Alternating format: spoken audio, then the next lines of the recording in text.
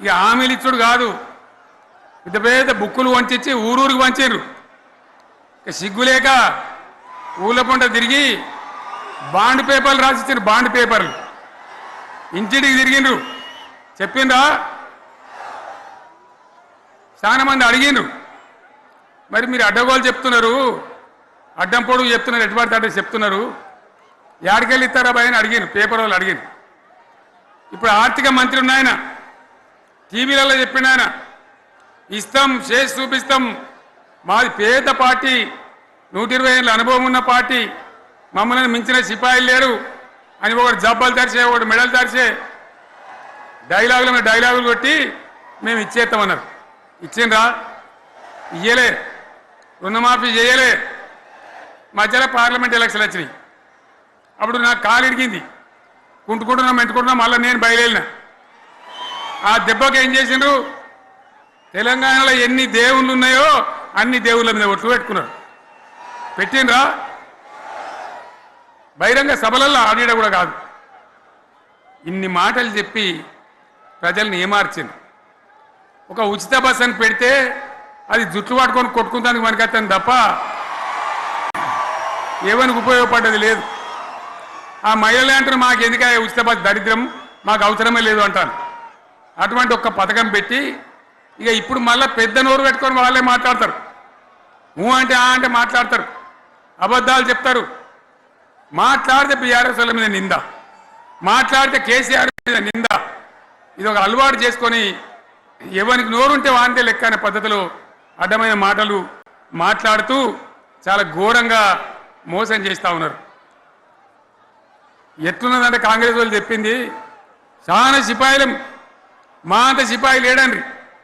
లేదంటే జనం నమ్మితిమి, ఆశపడ్డాం కదా, నమ్మి బోల్తా పడ్డాం కదా, గల్లంత అయినాం కదా. ఒక ఊళ్ళే మొలక నాట్లేసే టైం వస్తే అలుకుడు చేస్తాను, బడ్డాలుతాను. మొలకకు అలుకుడు చేస్తాం కదా, తుకాలు పోయేమా. పెద్ద మొగోడని ఒకరిని పిలిచిరట. మొగోడని మొలకాల్చడానికి పిలిస్తే ఎలక పిల్లని చూసి ఎల్లంకర పడ్డాడు.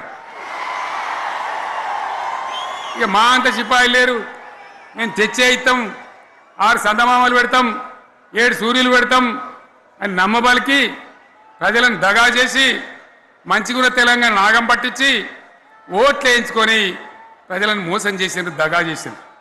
ఈ మాట నిజం, మీ అందరికి తెలుసు. ఇవాళ ఏం మాట్లాడతారు?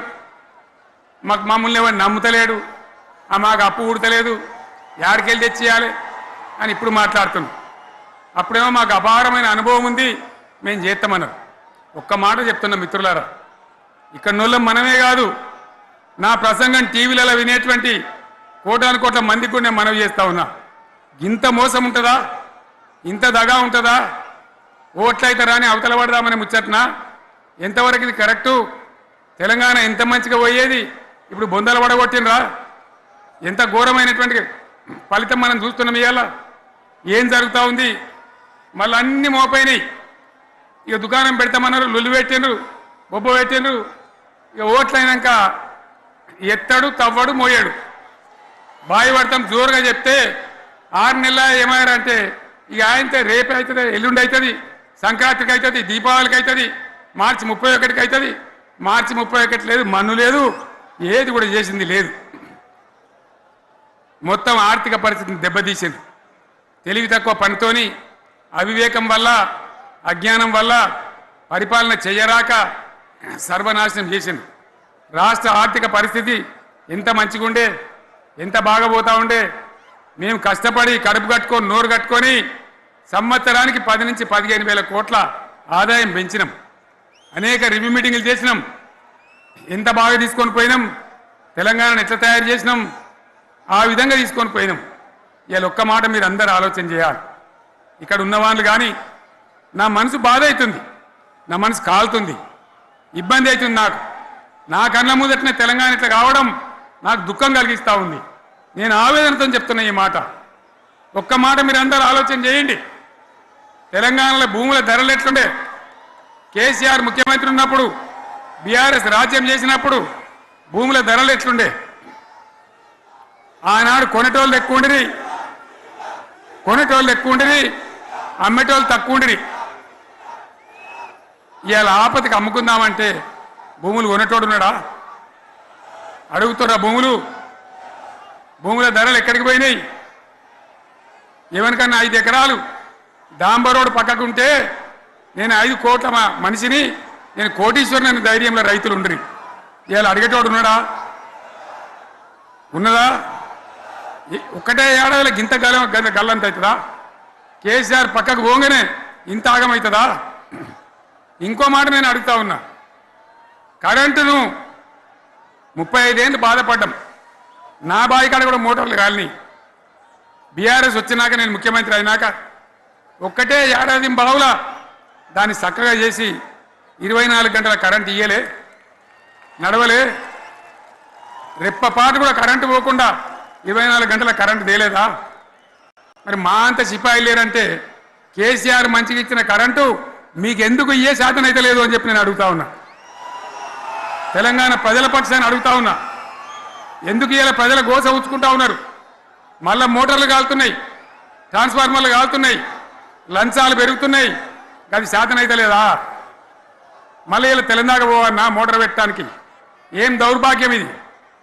ఎటువంటి శని నెత్తి మీద పెట్టుకున్నాం మనం. మీరందరూ ఆలోచన చేయాలి. భూముల ధరలు ఎటుపోయినాయి, కరెంట్ ఎక్కడ ఎవడెత్తుకపోయా? మిషన్ భగీరథ అసెంబ్లీలో నిలబడి ఛాలెంజ్ చేసిన నేను, 5 ఏళ్ల లోపల ప్రతి ఇంట్లో నల్లా పెట్టి నీళ్ళు లేకపోతే మళ్ళా ఎలక్షన్ల పార్టీ మేము నిలవడం, ఓట్లు అడగము అని చెప్పిన నేను. ఎవరు చెప్పాలి? దమ్మున్నోడే చెప్పాలి. చేసి చూపించినాం, నడిపించినాం. ప్రతి ఇంట్లో నల్లా పెట్టినాం. కృష్ణా గోదావరి నీళ్లు తెచ్చి ప్రతి ఇంటి ముందర దుంకిచ్చినాం. అది మీరందరూ దానికి సాక్ష్యం. ఇలాగా మంచినీళ్ళు కట్నే ఇల్లు పెట్టినపోయి ఉన్న పథకం కేసీఆర్ హయాంలోనే అయిపోయింది. ఇంకా మంచినీళ్ళు కూడా ఇయ్యే శాతం అయితే లేదా? మేము ఇంత సిపాయిలం అంత సిపాయిలం అని ఎగిరెగిరి దుంకితే మాట్లాడితే మంచినీళ్ళు ఇచ్చే కూడా శాతం అయితే లేదా? మంచినీళ్ళు పోతాయి, కరెంటు పోతుంది, వడ్లు కొనే దిక్కు లేదు. వడ్లు కొంటాను రా, కళ్ళాల కాడ 15 రోజులు వడ్లు కొనే దిక్కు లేదు, అడిగే దిక్కు లేదు. సర్కారు కొనకపోతే దిక్కుమాలని దేవుడా అని ప్రైవేట్ మిల్లర్లకు అమ్ముకుంటున్నాం. మళ్ళీ అక్కడ దళారీలు, అక్కడ దోపిడీ, మళ్ళీ రైతాంగం దోపిడీకి గురవుతున్నది. మళ్ళీ 2014 కంటే ముందటి పరిస్థితులు వస్తూ ఉన్నాయి. ఆ విధంగా ఎందుకు జరుగుతూ ఉంది? ఇది ఎవరి అసమర్థత? కాంగ్రెస్ ప్రభుత్వం యొక్క అసమర్థత కాదా? ఈ కాంగ్రెస్ కాటేయడం కాదా?